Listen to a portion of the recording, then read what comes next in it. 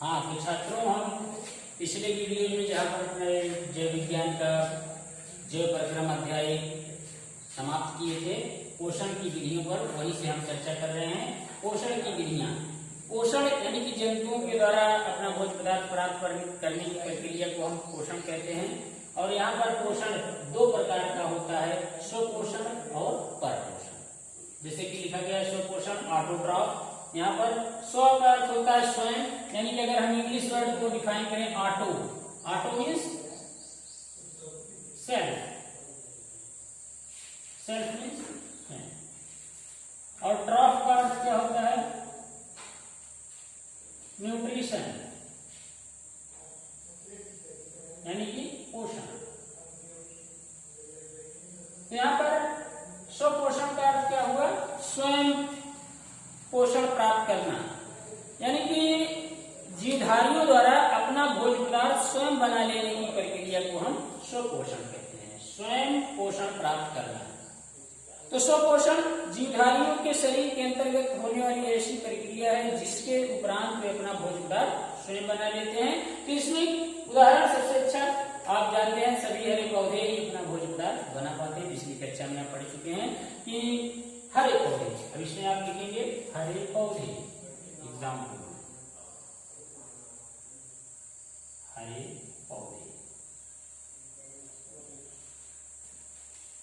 हरे पौधे किस प्रक्रिया के तहत अपना भोजन बनाते हैं, प्रकाश संश्लेषण की प्रक्रिया के तहत, जिसमें कि वो सूर्य के प्रकाश की उपस्थिति में पत्तियों में उनके हरित लवक होता है हरे पौधों में, जिससे कि उनका रंग हरा दिखाई देता है। तो सूर्य के प्रकाश और हरित लवक की उपस्थिति में पौधों द्वारा मृदा से यानी मिट्टी से जल को अवशोषित किया जाता है और इसकी उपस्थिति में ये जो है अपना भोज्य पदार्थ बनाते हैं वायुमंडल से कार्बन डाइऑक्साइड लेकर। तो आप इन चारों तत्वों को देख सकते हैं कि कौन कौन है, कार्बन डाइऑक्साइड है, जल है और यहाँ पर सूर्य का प्रकाश है और पत्तियों का हरित लवक। यानी कि हरे पौधे सूर्य के प्रकाश की उपस्थिति में वायुमंडल की कार्बन डाइऑक्साइड और जल का उपयोग करके अपना भोज्य पदार्थ बनाने की प्रक्रिया करते हैं, जो कि प्रकाश संश्लेषण कहलाती है। और इसमें ग्लूकोज का निर्माण होता है या भिन्न भिन्न प्रकार के कार्बोहाइड्रेट का निर्माण होता है और ऑक्सीजन गैस बाहर निकलती है। तो आपको ये पॉइंट ध्यान देना है कि प्रकाश संश्लेषण की प्रक्रिया में कौन सी गैस निकलती है, ऑक्सीजन, और उपयोग कौन सी गैस की जाती है, कार्बन डाइऑक्साइड। तो यहाँ पर प्रकाश संश्लेषण हरे पौधों के द्वारा भोजन प्राप्त करने की प्रक्रिया होती है। और हरे पौधों के अलावा साइनोबैक्टीरिया यानी कुछ ऐसे जीवाणु होते हैं जिन्हों की हम साइनोबैक्टीरिया के अंतर्गत रखते हैं। तो ये प्रकाश संश्लेषण के द्वारा अपना भोज्य पदार्थ बना लेते हैं। तो अन्य एग्जाम्पल हो जाएंगे साइनोबैक्टीरिया। दूसरा है परपोषण। यहाँ परपोषण का अर्थ आप देखिए, पर हेट्रो, हेट्रो मीन्स अदर, और उसी तरीके से ट्रॉफ का अर्थ क्या हो जाएगा, न्यूट्रिशन, अदर मीन्स दूसरे और न्यूट्रिशन मीन्स पोषण, दूसरा या दूसरे, और पोषण यानी दूसरे जंतुओं पर आश्रित होते हैं ऐसे जीवधारी या इस प्रकार का पोषण जिसमें कि कोई भी जीवधारी दूसरे जीवधारी से अपना पोषण प्राप्त करता है, उसे हम क्या कहते हैं, परपोषण कहते हैं या हेटेरोट्रॉफ कहते हैं। तो यहाँ पर पोषण में भिन्न भिन्न प्रकार के उदाहरण आप देख सकते हैं कि जो कि जंतु के अंतर्गत सम्मिलित किए जाते हैं, कि जो अपना भोज्य पदार्थ स्वयं नहीं बनाते हैं। तो जंतु ही इसके एग्जाम्पल होते हैं, जंतु। इसके अलावा कुछ कवक और कुछ जीवाणु भी होते हैं जो कि परपोषी होते हैं। तो यहाँ पर पोषण की प्रक्रिया निभाते हैं। तो परपोषण को हम 3 भागों में बांट देते हैं। परपोषण को कितने भाग देते हैं, 3।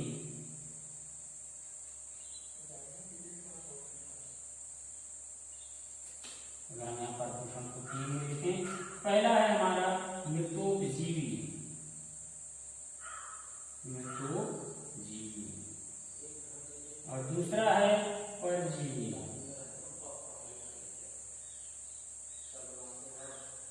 और तीसरा है प्राण संभोजी।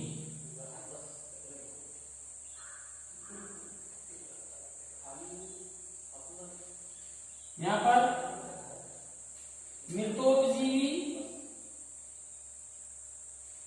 शब्द आप ध्यान दीजिए, मृतोपजीवी ऐसे जीवी, ऐसे जीवधारी जो कि मृत जंतुओं से अपना भोजन प्राप्त करते हैं, तो वो सब क्या कहलाते हैं? मृतोपजीवी। आप मृतोपजीवी की डिफाइन परिभाषा लिख सकते हैं कि मृतोपजीवी ऐसे जीवधारी जो अपना भोज्य पदार्थ मरे या सड़े गले जीव जंतुओं से प्राप्त करते हैं, उन्हें मृतोपजीवी कहते हैं। तो मृतोपजीवी का सबसे अच्छा उदाहरण कवक। आप एग्जाम्पल में यहां लिख सकते हैं कवक। कवक ये कलरलेस प्लांट होते हैं, इनमें हरित लवक नहीं पाया जाता है, ये सफेद रंग के दिखते हैं। तो ये कवक क्या होते हैं? सड़े गले पदार्थों से अपना भोज्य पदार्थ प्राप्त करते हैं, जिसमें कि आप एगेरिकस, जिसे आप भूमफोड़ के नाम से जानते हैं, या फिर आप एक अदर प्रकार का कवक देखते हैं जो कि गोबर काउडंग के ऊपर उगता है, कुकुरमुत्ता। तो कुकुरमुत्ता भी आप उदाहरण में लिख सकते हैं। तो ये क्या करते हैं? सड़े गले पदार्थों से अपना भोज्य पदार्थ ग्रहण करते हैं। तो यहाँ पर कवक मृतोपजीवी होते हैं। दूसरा आ रही है एग्जाम्पल परजीवी का लेते हैं। तो सबसे पहले जानते हैं परजीवी कौन से जंतु होते हैं। जैसा कि पर का अर्थ क्या होता है? दूसरा। तो दूसरे जीवों से अपना पोषण ये भी प्राप्त करते हैं, जैसे कि यहाँ पर पोषण में आप पढ़े हैं। लेकिन यहाँ पर ये अपने जीवधारी ऐसे हैं कि जो अपने पोषण का अर्थ क्या हुआ? जिससे पोषण प्राप्त करते हैं। तो परजीवी ऐसे जीव जंतु होते हैं जो अपने पोषक को मारते नहीं है, जैसे कि मृत जीवी मरे हुए से भोज्य पदार्थ प्राप्त कर रहे हैं। तो परजीवी क्या है? ये जीवित जंतुओं से ही अपना भोज्य पदार्थ प्राप्त करते हैं। तो ऐसे जीव जो दूसरे जीवित जंतुओं से अपना भोज्य पदार्थ प्राप्त करते हैं, उन्हें हम परजीवी कहते हैं। परिभाषा में आप लिख सकते हैं कि ऐसे जीव जो कि दूसरे जीवित जंतुओं से अपना भोज्य पदार्थ ग्रहण करते हैं, उन्हें हम परजीवी कहते हैं। तो परजीवी का उदाहरण यहाँ पर हम एक उदाहरण लेते हैं फीता क्रीम का। फीता क्रीम के बारे में आप सब पिछली कक्षा में पढ़ चुके हैं कि फीता क्रीम किस संघ का जंतु है? प्लेटिहेल्मिन्थीज का। 10 संघों को बांटा गया है ना, जीव जंतुओं को 10 संघों में बांट दिया गया जंतु जगत को, जिसमें कि Protozoa, Porifera, Coelenterata, Platyhelminthes, Nematoda, Annelida, Arthropoda, Mollusca, Echinodermata और कार्डेटा। इस तरीके से 10 संघों में बांटा गया, जिसमें से फीता क्रीम जो है प्लेटिहेल्मिन्थीज का एक चपटे शरीर वाले जंतुओं के संग में रखा गया है। तो फीता क्रीम एक चपटा फीते जैसी संरचना वाला जंतु होता है, जिसके अग्रभाग, जिसे कि सिर कहते हैं, तो सिर पर चूसक और हुक्स की सहायता से मनुष्य की आंत का परजीवी है, इसकी आंत में चिपका रहता है और वहां से चूसक की सहायता से पचाया हुआ भोज्य पदार्थ ग्रहण करता रहता है। तो ये क्या करता है? जंतु या मनुष्य को मारता नहीं, जिसके शरीर में पाया जाता है। मनुष्य ऐसे ही अपना भोज्य पदार्थ लेता रहता है, जीवित रहता है, और ये परजीवी जो है उसके शरीर से अपना भोज्य पदार्थ आंत की दीवार से एब्जॉर्ब करता रहता है, अवशोषित करता रहता है, और ये भी अपने जीवन की प्रक्रियाएं पूरी करता रहता है। ये परजीवी के रूप में मनुष्य की आंत में पाया जाता है। अगर एग्जाम्पल है, दूसरे एग्जाम्पल में आप गोलग्रीन का उदाहरण पिछली कक्षा में पढ़ चुके हैं। गोलग्रीन क्या है? एक लंबी बेलनाकार संरचना वाला जंतु निमेटोडा का है। गोलग्रीन या एस्कैरिस जिसे कहते हैं। क्या नाम है इसका? एस्कैरिस। जरूर इसके नेम एस्कैरिस डुम्बरी वाइडिस। तो इस तरीके से विभिन्न जंतु वैज्ञानिक नाम है, आप पिछली कक्षा में पढ़ चुके हैं और आएंगे अगली कक्षाओं में तो भी बताया जाएगा। यहाँ पर परजीवी क्या उदाहरण आपने क्या हो गया? फीता क्रीम, गोलग्रीन या एस्कैरिस। अन्य जंतुओं में आप सबसे अच्छा एग्जाम्पल मच्छर का ले सकते हैं। मच्छर क्या है? मॉस्किटो। मच्छर भी एक परजीवी जंतु है। तो मच्छर क्या करता है? व्यक्ति का या किसी पशु का या जंतु का जो है वो रक्त चूसता है। तो खासतौर से मनुष्यों का रक्त जो परजीवी मच्छर है वो मादा मच्छर होती है, जिसे कि हम एनोफिलीज मच्छर या फिर मादा एनोफिलीज के नाम से जानते हैं। ये मलेरिया बुखार का वाहक होती है, प्रोटोजोआ का। तो आगे चलते हैं परजीवी मच्छर। इसी तरीके से खटमल, जूं, अन्य प्रकार के उदाहरण क्या हैं इसमें सम्मिलित किए जा सकते हैं। तो प्राणी संभोजी अगला पॉइंट हम देखते हैं कि प्राणी संभोजी कौन होते हैं। यहाँ पर सब बता रहा है प्राणी यानी जंतुओं की तरह भोज्य पदार्थ ग्रहण करना ही प्राणी संभोजिता कहलाती है। यहाँ पर प्राणी संभोजी ऐसे जीव जंतु जो कि जंतुओं की तरह अपना भोज्य पदार्थ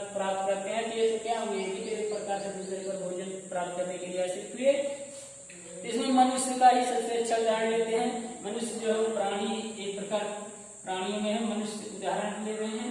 मनुष्य में क्या होता है आप देखेंगे, मनुष्यों में आहार नाल विकसित होती है। ये जो भी भोज्य पदार्थ खाते हैं इनका पाचन कहाँ होता है, आहार नाल में होता है, पाचन तंत्र में विकसित होता है। और ये अपने भोज्य पदार्थों को हाथों से पकड़ कर मुख में रखते हैं, फिर उसको निगलते हैं, फिर उनमें पाचन होता है। तो ढेर सारी प्रक्रियाएं पोषण के अंतर्गत इसमें होती हैं। तो प्राण संभोजी में मनुष्य भिन्न भिन्न प्रकार के जीव जंतु जो कि जंतुओं की तरह अपना भोज्य पदार्थ पकड़ते हैं, खाते हैं, जैसे शेर, चीता, बाघ, बिल्ली, ये सब इसमें रखे जाते हैं। तो प्राण संभोजी ये तीसरे प्रकार के परपोषण वाले जंतु हो गए। तो पहला हो गया मृतोपजीवी, दूसरा हो गया परजीवी, तीसरा हो गया प्राण संभोजी। तो इसके बाद अगला पॉइंट हम देखते हैं परपोषण के बाद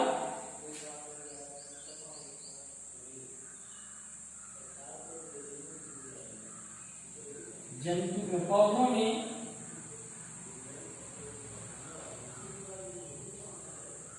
पोषण, nutrition in plant, nutrition in plant. पौधों में पोषण विस्तृत अध्ययन करते हैं। मान लीजिए परपोषण में आप दूसरा पढ़े, स्वपोषण पोषण में आप पौधों में पढ़े थे। तो यहाँ पौधे में पोषण अगर हम नंबर 1 करके पढ़ते हैं, पौधों में पोषण स्वपोषण के अंतर्गत। तो स्वपोषण में पौधों में पोषण अगर हमें पढ़ना है तो पौधे अपना भोज्य पदार्थ किस प्रक्रिया के तहत प्राप्त करते हैं, प्रकाश संश्लेषण।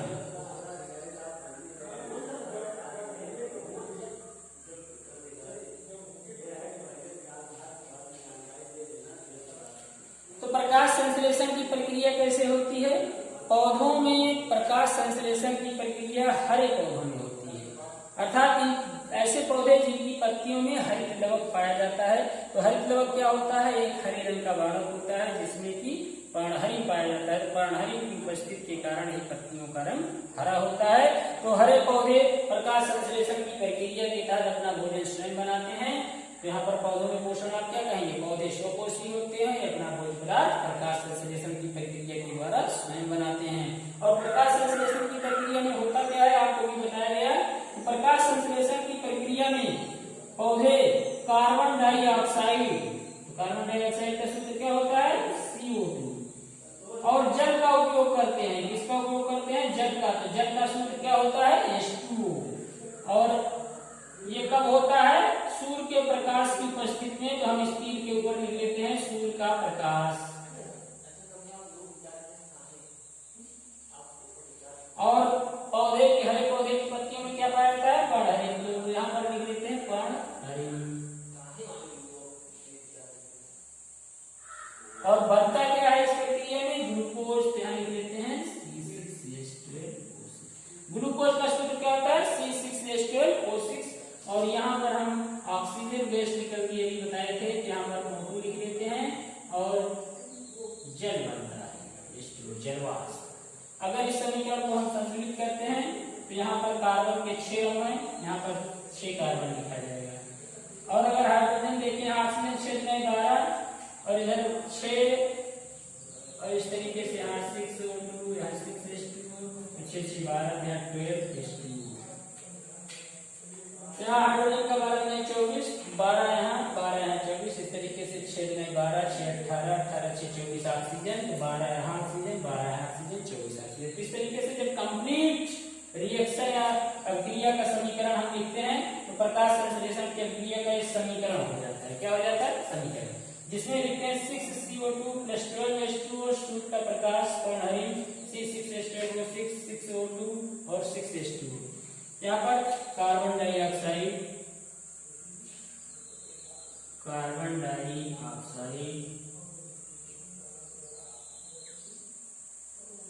और ये क्या है, पानी, H2O।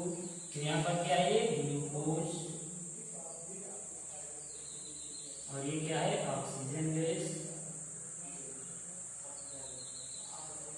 और ये गैस है, इस पर तीर लगा देते हैं, ये निकलती है। अब पूरा प्रकाश संश्लेषण की परिभाषा आप लिख सकते हैं। ये कार्बन डाइऑक्साइड कहां से आया है, वायुमंडल। यहाँ नीचे लिख देते हैं वायुमंडल से।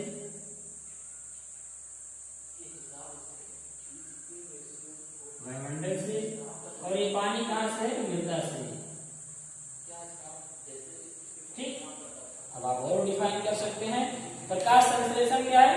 प्रकाश संश्लेषण पौधे के अंतर्गत होने वाली वह क्रिया जो कि पर्णहरित और सूर्य के प्रकाश की उपस्थिति में वायुमंडल से कार्बन डाइऑक्साइड और मृदा से जल लेकर के ग्लूकोज या भोज्य पदार्थ बनाने की प्रक्रिया है, जिसमें कि ऑक्सीजन गैस निकलती है। तो इस तरीके से आप प्रकाश संश्लेषण की परिभाषा लिख सकते हैं। तो आइए हम नेक्स्ट देखते हैं टॉपिक प्रकाश संश्लेषण की प्रक्रिया के पद। इसका आप स्क्रीनशॉट ले सकते हैं।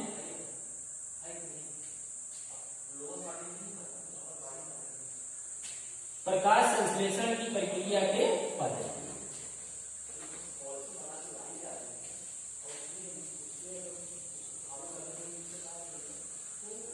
इसमें आपको प्रश्न पूछे जा सकते हैं प्रकाश संश्लेषण की प्रक्रिया किसे कहते हैं या प्रकाश संश्लेषण किसे कहते हैं, इसका समीकरण लिखिए। अब अगला आपका पॉइंट है प्रकाश संश्लेषण की प्रक्रिया के पद।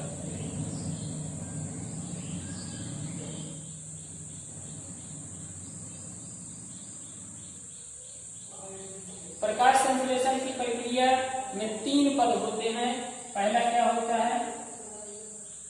सूर्य के प्रकाश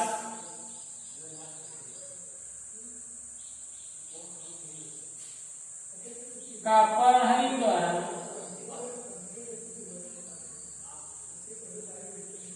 अवशोषण।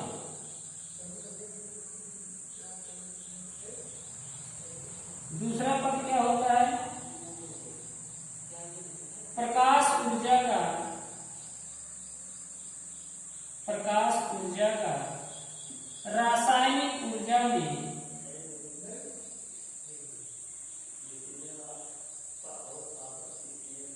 परिवर्तन।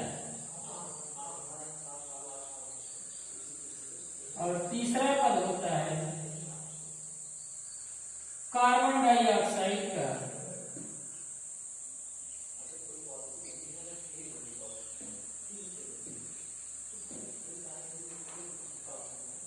अपचयन।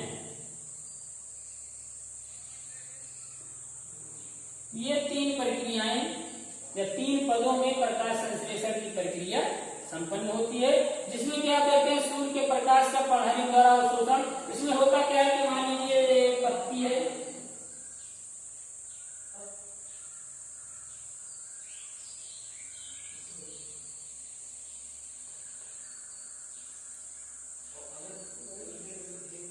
ये अगर कोई पत्ती है, इसकी यहां से मध्यशिरा है,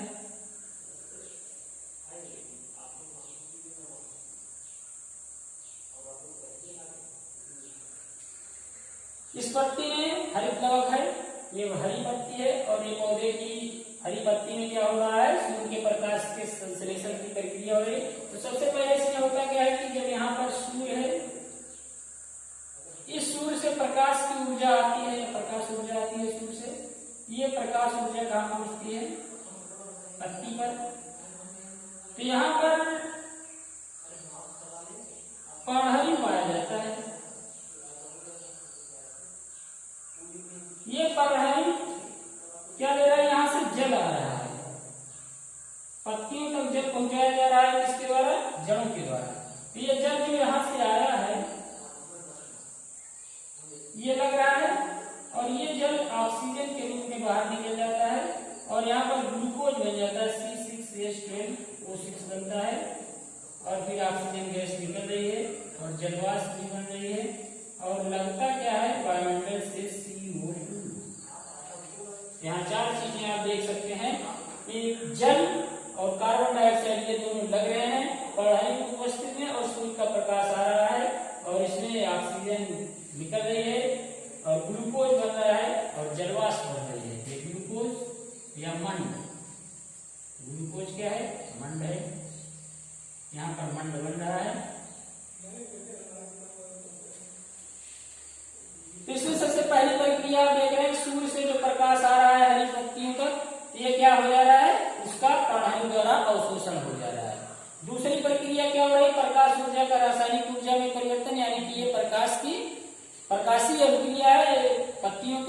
वेना नामक भाग में होती है। और तीसरी प्रक्रिया कार्बन डाइऑक्साइड का अपचयन हो रहा है जिससे कि मंड बन रहा है, ये तीसरी प्रक्रिया हो जाती है। इसे कि अंधकार अभिक्रिया कहलाती है, ये स्ट्रोमा में होती है। तो ये तीनों प्रक्रियाएं प्रकाश संश्लेषण की प्रक्रिया के पद हो जाते हैं, आप इसमें लिख सकते हैं। नेक्स्ट इसका अगला टॉपिक अगले वीडियो में